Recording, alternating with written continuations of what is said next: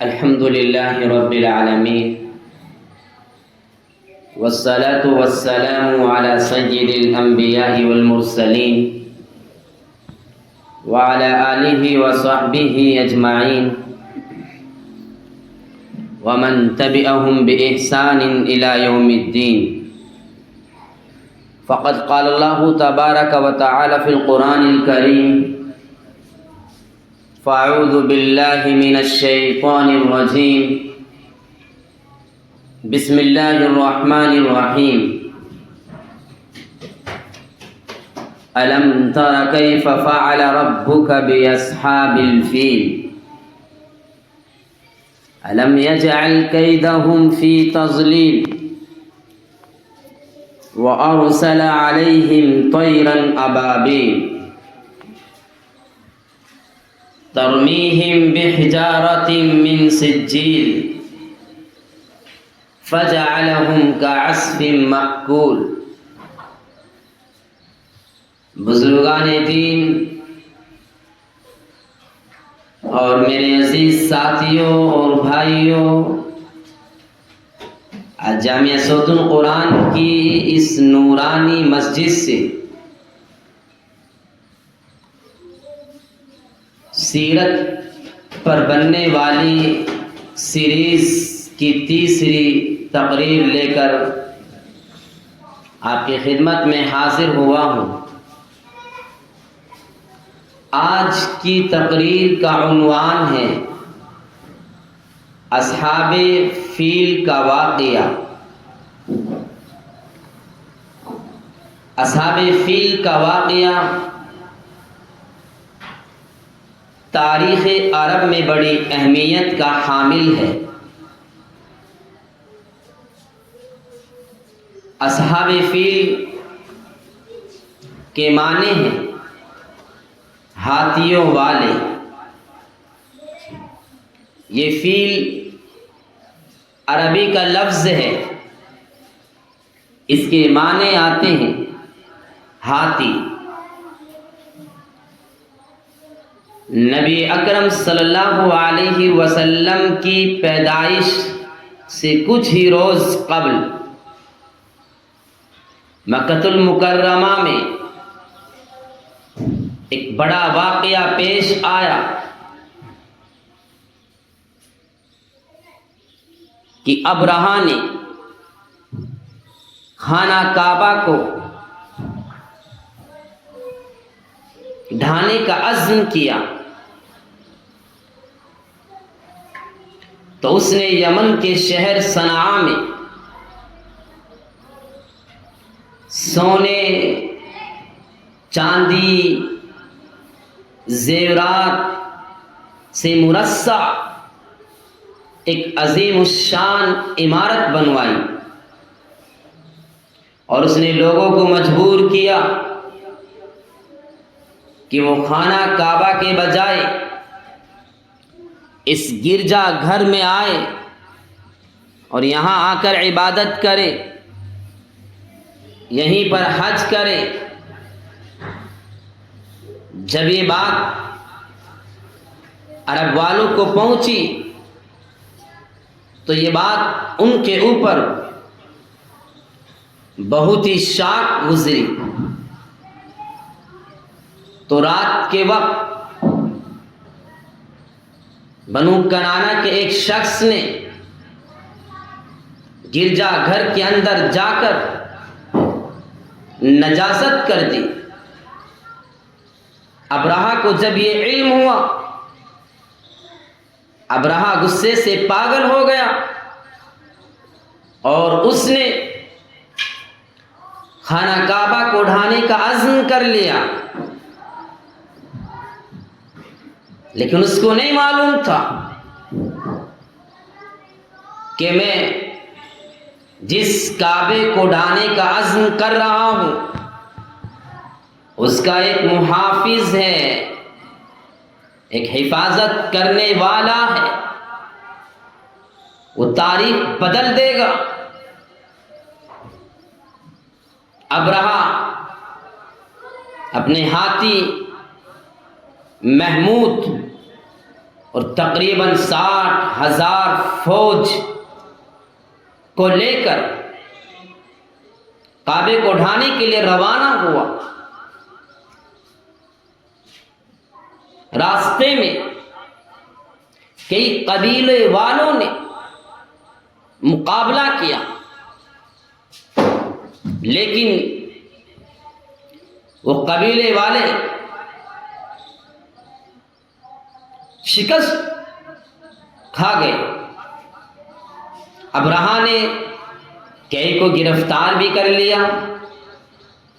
پھر یہ ابرہہ وادی مغمس میں پہنچ گیا اور وہاں اس نے قیام کیا۔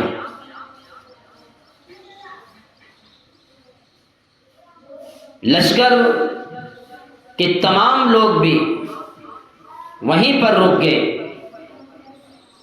ابرہہ نے اپنے ایک سفیر حناطہ کو مکۃ المکرمہ میں قریش کے سرداروں کے پاس بھیجا۔ اس نے جا کر مقامی لوگوں سے سرداروں کے بارے میں دریافت کیا کہ یہاں کا سردار کون ہے، رئیس مکہ کون ہے۔ تو سب لوگوں نے حضرت عبد المطلب کا پتہ بتایا۔ وہ حضرت عبد المطلب سے ملنے کے لیے چلا اور ملاقات کی، ابرہہ کا پیغام دیا اور کہا کہ ہم یہاں پر جنگ کرنے کے لیے نہیں آئے ہیں، ہمارا مقصد خانہ کعبہ کو ڈھانا ہے۔ اگر تم نے اس میں رکاوٹ نہیں ڈالی تو ہم تمہیں کوئی نقصان نہیں پہنچائیں گے۔ حضرت عبد المطلب نے جواب دیا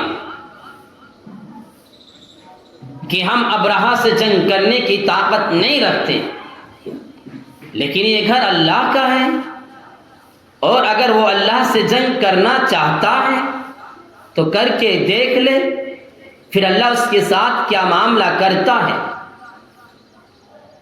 اس سفیر نے کہا عبد المطلب آپ میرے ساتھ چلیے، ابرہہ سے ملاقات کرنی ہے۔ وہ ابرہہ کے پاس عبد المطلب کو لے کر چلا۔ عبد المطلب دیکھنے میں بڑی ہی شخصیت کے حامل شخص تھے۔ جب ابرہہ نے عبد المطلب کو دیکھا، اپنے تخت سے نیچے اتر آیا، اپنے پاس تو نہیں بٹھا سکتا تھا، لیکن ایسا روب طاری ہوا کہ خود تخت سے نیچے اتر کر آ گیا، اور عبد المطلب کے بارے میں وہ یہ سوچ رہا تھا۔ عبد المطلب یہ کہیں گے کہ ایک سال ہم مکہ میں حج کر لیا کریں گے، اور ایک سال ہم اس گرجا گھر میں آ جایا کریں گے، لیکن عبد المطلب نے ایسا کچھ نہیں کہا۔ جب بات شروع ہو گئی، عبد المطلب نے کہا اے ابرہہ، جو میرے 200 اونٹ آپ نے پکڑ لیے ہیں آپ وہ واپس کر دیجیے۔ ابرہہ اس بات کو سن کر حیران ہو گیا، تعجب کی نگاہ سے دیکھنے لگا کہ یہ رئیس مکہ مجھ سے صرف اونٹوں کا سوال کرتا ہے۔ حضرت عبد المطلب کی جانب دیکھ کر کہا اے مکہ کے سردار، جب میں نے تمہیں پہلی بار دیکھا تو میں تم سے بڑا مرعوب ہوا، اور میری نظر میں تمہاری عزت بڑھ گئی، لیکن تمہاری اس گفتگو نے تمہاری ساری کی ساری عزت کو بیکار کر دیا ہے۔ میں یہاں پر آیا ہوں کعبہ کو ڈھانے کے لیے. کعبہ تمہارا کعبہ ہے جو تمہارا دین ہے. تمہیں اس کی فکر نہیں, تم صرف اپنی اونٹوں کی بات کرتے ہو. حضرت عبد المطلب نے بڑے پیار کے انداز میں جواب دیا, اے یمن کے بادشاہ, اونٹ میرے ہیں, مجھے اس لیے ان کی فکر ہوئی. انا رب الابل, میں اونٹوں کا مالک ہوں, جبکہ کعبہ جس کا گھر ہے وہ خود اس کی حفاظت فرما لے گا. ابرہہ نے بڑے تکبر کے ساتھ, بڑے غرور کے ساتھ کہا, اے رئیس مکہ, آج تمہارا خدا اپنے گھر کو ابرہہ کے ہاتھوں سے نہیں بچا سکتا. عبد المطلب نے کہا, انت وذاک, یہ تیرا اور یہ اس کا معاملہ ہے, تو جانے اور وہ جانے. حضرت عبد المطلب اپنے اونٹوں کو لے کر اس کے خیمے سے نکلے اور باہر آ کر جو سرداران قریش انتظار کر رہے تھے ان سے بات چیت کی اور مکہ المکرمہ کی چوکھٹ پکڑ کر اللہ کے سامنے رونے لگے, گڑ گڑانے لگے, اللہ سے کہنے لگے کہ اللہ, ہم اس سے لڑنے کی طاقت نہیں رکھتے, تو اس کی حفاظت فرما. ان کو یقین تھا کہ اللہ تعالیٰ ان مشرکین سے اپنے گھر کی حفاظت فرمائے گا. اور یہ مکہ المکرمہ کے مختلف پہاڑوں پر چڑھ گئے. ابرہہ نے مکے کی جانب جانے کا اعلان کر دیا. صبح ہوئی, ابرہہ نے جو خاص ہاتھی محمود تھا اس کو بھی تیار کرنے کا حکم کر دیا.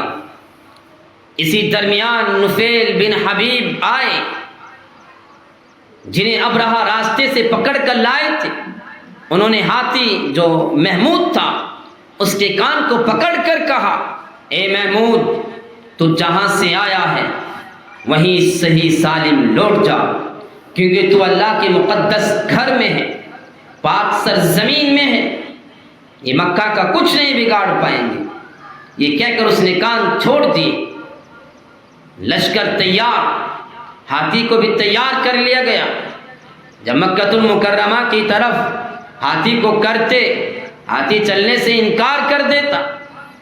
ہاتھی کو مارا پیٹا زنجیروں سے, تیروں سے, لیکن ہاتھی نہیں چلا. اور جب یمن کی طرف رخ کیا جاتا ہاتھی دوڑ پڑتا, جب شام کی طرف رخ کیا جاتا یہ ہاتھی دوڑ پڑتا, جب مکہ المکرمہ کی جانب رخ کیا جاتا یہ بیٹھ جاتا. ابھی یہی منظر چل رہا تھا, ابھی اس رب کا انتظار تھا جو کعبے کا محافظ ہے, جو اس گھر کا محافظ ہے, جس کو ابراہیم علیہ السلام اور ان کے فرزند اسماعیل علیہ السلام نے تعمیر کیا تھا. ابھی انتظار تھا اس رب کا کہ جو اس نبی کی آمد سے پہلے کچھ معجزات کو ظاہر کر رہا تھا. ان معجزات میں سے ایک یہ بھی تھا کہ نبی کی آنے سے پہلے کچھ ایسی چیزیں ظاہر ہو کہ تاکہ لوگوں کو معلوم ہو کہ دنیا میں جلد ہی کچھ ہونے والا ہے. ابھی اسی حالت میں تھے کہ ابرہہ کی فوج کو سمندر کی طرف سے آنے والی بے شمار پرندوں نے گھیر لیا, جن کی چونچوں میں, پنجوں میں چنے یا مسور کی دال کے برابر 3 کنکریاں تھی. پرندوں نے یہ کنکریاں ابرہہ کی فوج پر برسا دی.